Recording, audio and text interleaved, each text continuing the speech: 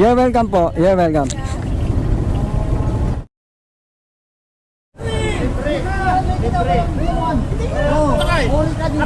Libre, wala kang mabayaran. Yes, yes ma'am.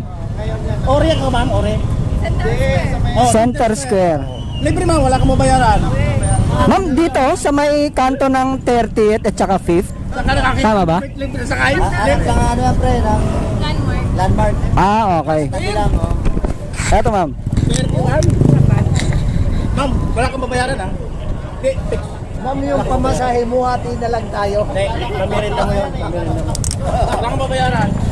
Takot na yan. Ibigay ang karapatan. Okay ka na ma'am? Pa? Okay ka na? Ibigay ang karapatan. Anong oras pasok mo ma'am? 10:30. Abot yan. Magkano binabayad nyo hanggang doon? Po. Ngayon ma'am, wala kayong babayaran. First time nyo lang po dyan sa paradahan dyan. Ay hindi. Matagal na ako dyan. Last year pa. Bakit ngayon mo lang ako na-tsempuhan dyan? Nag-ahatid kasi ako dyan ng mga papasok na sa trabaho. Lalo na yung mga late na. Nahatid ko na libre. Ano yan kuya? Nag-vlog ka? Or Ma'am, nagbablog ako. Yung kasi yung vlog ko, nagre-rescue ako ng mga pasahero, yung mga papasok na sa trabaho. Ay, ganun. Yan ang dahilan kaya pinagkakaguluhan kanila.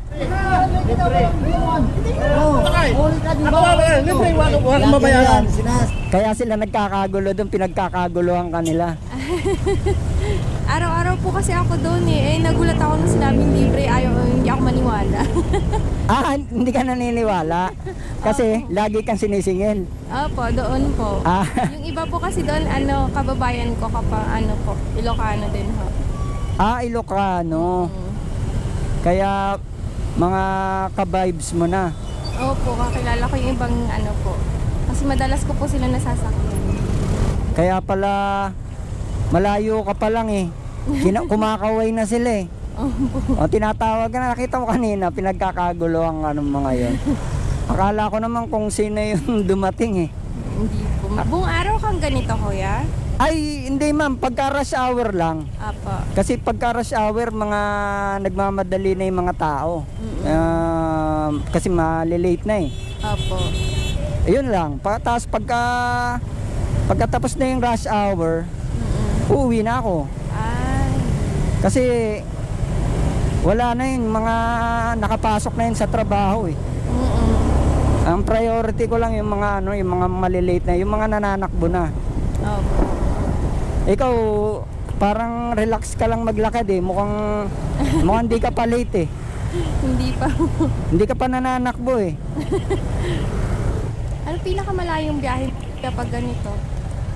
Pag ganito, iba-iba ma'am eh. Minsan Ayala, Makati. Minsan Ortigas Center, Pasig. Kadalasan mga business district. Kasi yun yung yun yung maraming papasok. Opo.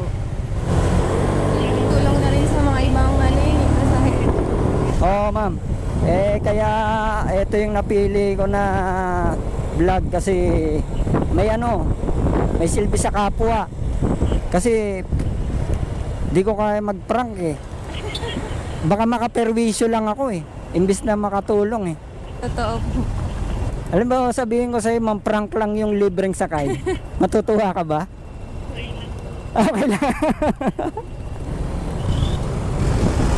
Dire-diretso na lang maman eh. Apa. Doon po lang na building po. Okay. Po noon. Dito ka ba ma'am? Opo kuya. Dito maman eh. Apa.